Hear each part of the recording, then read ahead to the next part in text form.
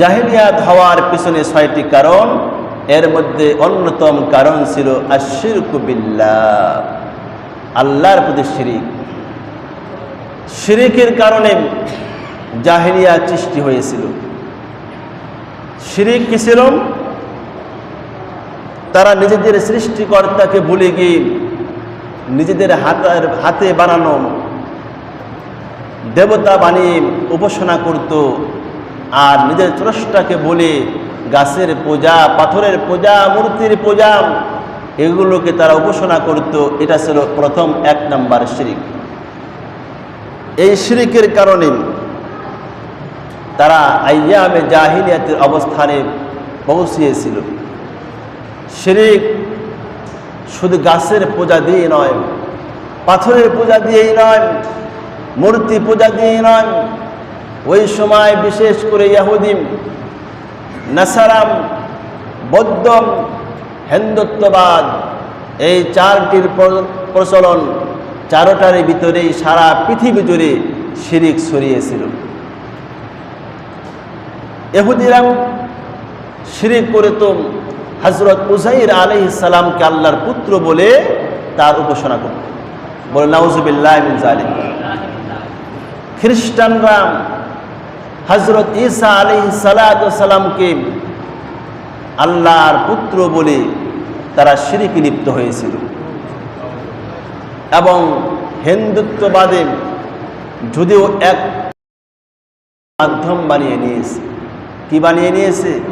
মাধ্যম, যে এর মাধ্যমে আল্লাহর নৈকট্য অর্জন করার পর অন্য কোনো পথে নৈকট্য অর্জন করা যাবে না।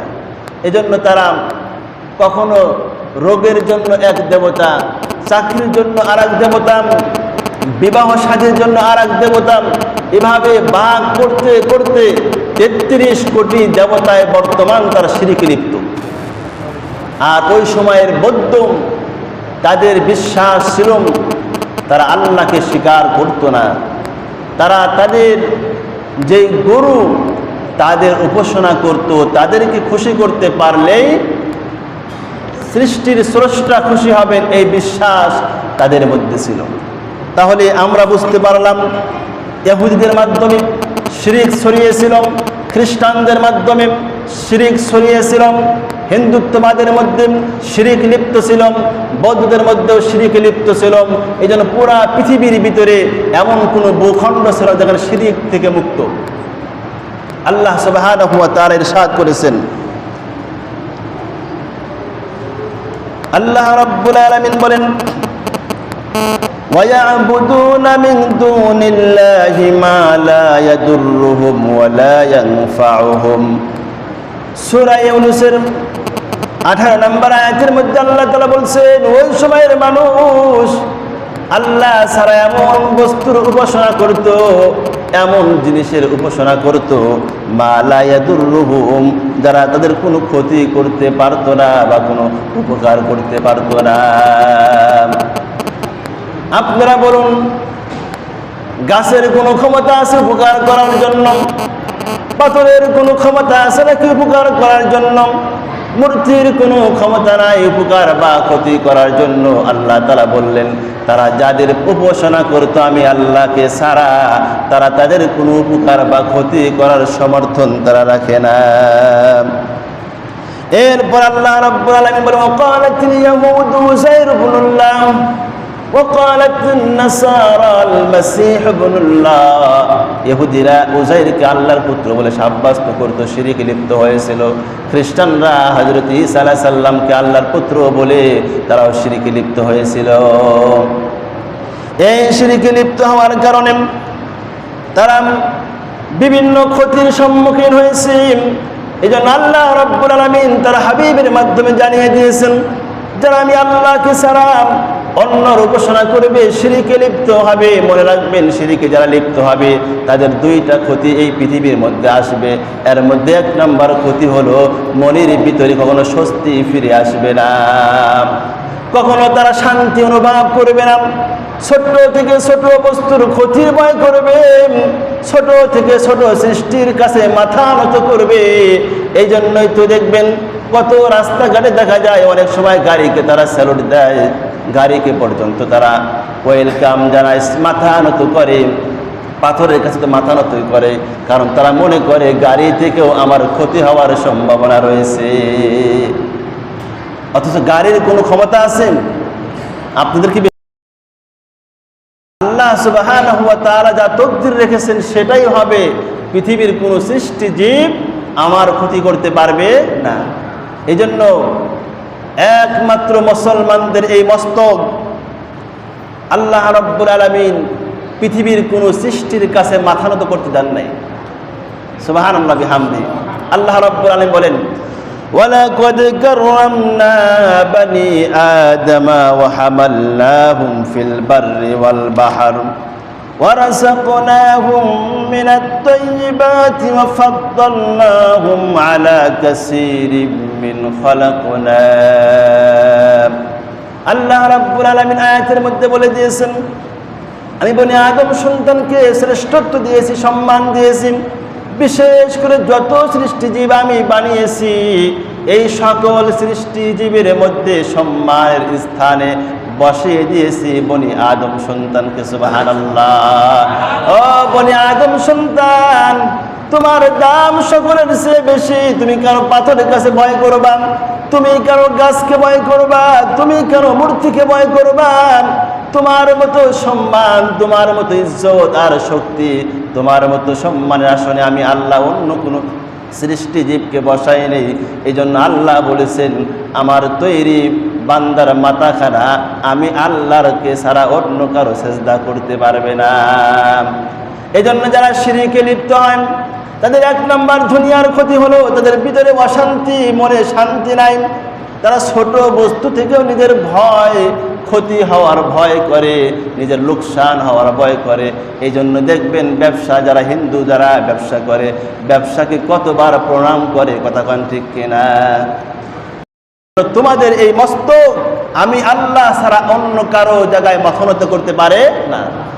এই জন্য অন্য জায়গায় মাথা নত করা, মাথা নোয়ানো, এটা শিরিক। এটা কি? শিরিক। আজ যদি আমরাও এই শিরিকের মধ্যে লিপ্ত হই, তাহলে বুঝতে হবে আমাদের যুগটাও, আমাদের সময়টাও জাহালিয়াতের মধ্যে রয়েছে। 2 নাম্বার জাহিলিয়াত হওয়ার কারণ, 2 নাম্বার কারণ হলো বৈষম্য। তাদের ভিতরে সাম্য ছিল না, বৈষম্য তৈরি করা হয়েছিল। কেমন বৈষম্য তৈরি করা হয়েছিল? খ্রিস্টানদের মধ্যে এক অবস্থান ছিল, ইহুদিদের মধ্যে আর এক অবস্থান ছিল।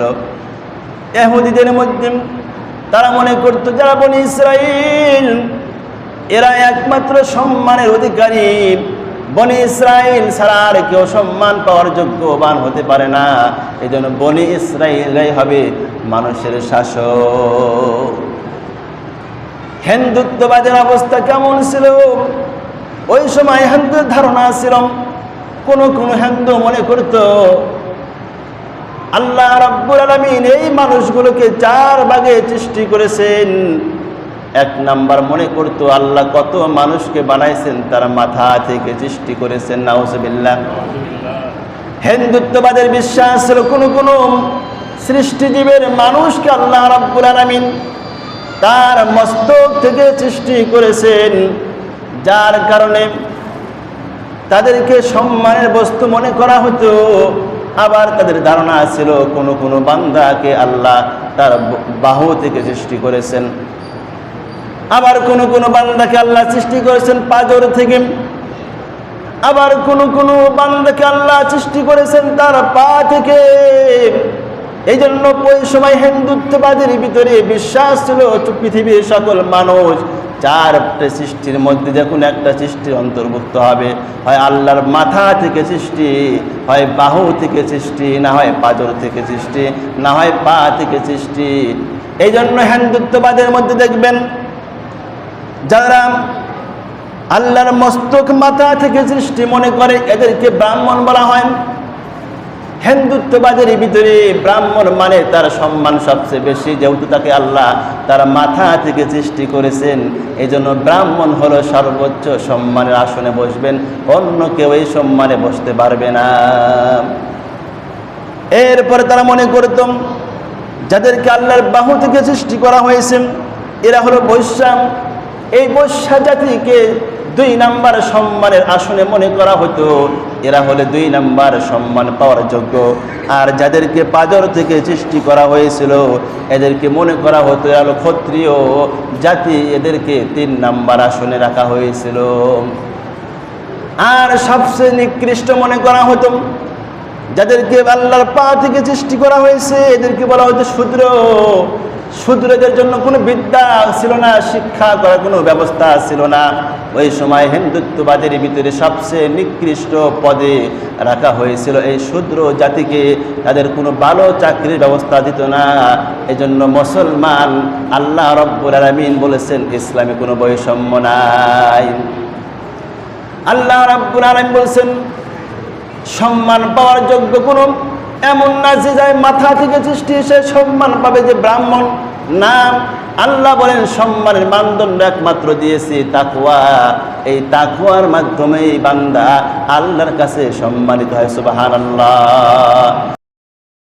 আল্লাহ রাব্বুল আলামিন বলেন ইয়া আইয়ুহান নাস ইন্না খলাকনাকুম মিন যাকারিন ওয়া উনসা ওয়া জাআলনাকুম শুউবান ওয়া ক্বাবাইলা লিতাআরাফু ইন্না আকরামাকুম ইনদাল্লাহি আতকাকুম। এই আয়াতের শেষ দিকে আল্লাহ রাব্বুল আলামিন বললেন সম্মানের স্থান একমাত্র তাকওয়ার ভিত্তিতে। যার ভিতরে তাকওয়া আছে সে সম্মানের পাওয়ার যোগ্য হবে, কিন্তু অন্য কোনো অপশনে সম্মান পাওয়ার ক্ষমতা নাই। 3 নাম্বার, ওই সময় রাষ্ট্র পরিচালনা ছিল রাজতন্ত্র। রাষ্ট্র পরিচালনার ব্যবস্থা ছিল রাজতন্ত্র, যার কারণে রাজার পোলা রাজা, বাদশার সন্তান বাদশাহ হয়েছে, আর কারো কোনো ক্ষমতা ছিল না। এই যে প্রথা, এই কারণে জুলুম অত্যাচার করে মানুষের ভাগ্যের পরিবর্তন করার পরিবর্তে তারা তাদের মতাদর্শ তৈরি করে ওই সময়টাকে, ওই যুগটাকে আইয়ামে জাহিলিয়া যুগের অবস্থান দাঁড় করিয়েছিল। রাজতন্ত্র কেমন দিয়েছিল? শিক্ষা বিলুপ্ত করে অনেকেই বলেছিল আমি হলাম খোদা। নাউজুবিল্লাহ মিন জালিক। শিক্ষার আলো দিয়ে অন্ধকার দূরীভূত হয়। শিক্ষার আলো যখন কেউ নিভাতে চায় তখন তার পতন শুরু হয়ে যায়। এরপরে নারী জাতিকে সামাজিক মর্যাদা এটা দেওয়া হতো না। নারীকে মনে করা হতো অলক্ষণ, নারীকে মনে করা হতো